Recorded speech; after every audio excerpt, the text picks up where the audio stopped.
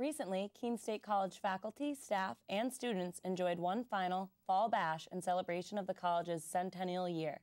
The Centennial Harvest Festival took place on Friday, November 13th in the Mabel Brown Room.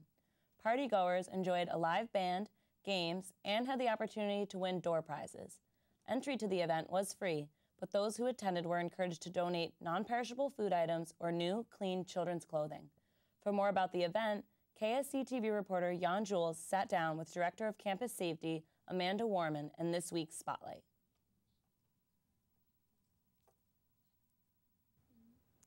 Welcome to Spotlight. Our guest today is Amanda Warman, Director of Campus Safety and organizer of the Harvest Festival Centennial event. Welcome, Amanda. Thank you, Yann. The Harvest Festival is the end of the Centennial celebration. How specifically will this celebration wrap up our centennial year at Keene State? Well, first, the president really wanted parties, and so I thought this would be a great opportunity for a party. It's fall, the harvest theme. It's also a time when we look at hunger and homelessness, so the harvest is also the idea of people bringing non-perishable goods and those types of things.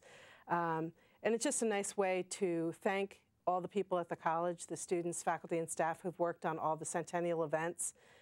A lot of volunteer hours went into the celebration, so we thought it'd be a really good way to just thank people so they can have a good time. It's not a fundraiser. We're not bringing in folks from outside the college. This is just a time for everybody to relax and have fun. Okay, so the Harvest Centennial was put last just because of its seasonal news peg. Is that the reason? Yes. Okay. What other centennial events have you been part of? Well, peripherally, a lot of them, just from logistics standpoint.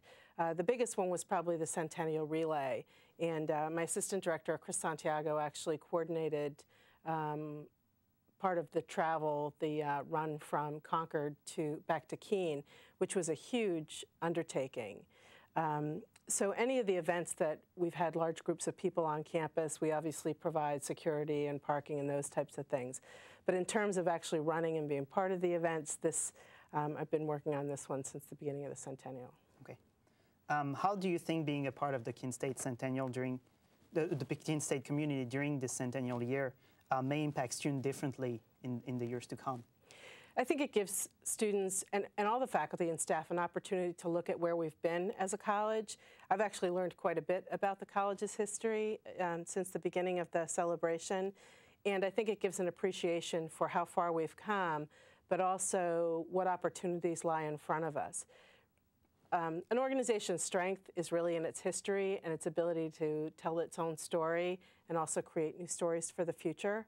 So I think the entire centennial has been an opportunity to look at the history, to create new stories, and to look at the future. Okay.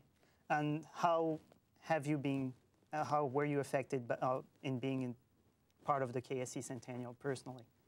I think because of the job I do, I tend to live very much in the moment and looking at the things that are happening on campus, doing a lot of planning for the future, but I don't really get to spend a lot of time thinking about what's happened at the college before I came here.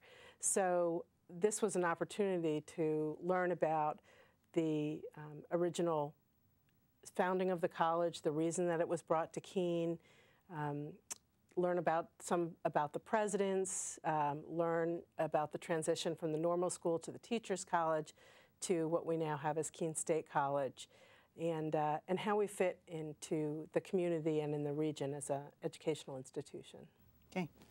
Well, thanks for being with us today, Amanda. Thanks, Yann. That's it for this week's Spotlight. Now back to the news desk.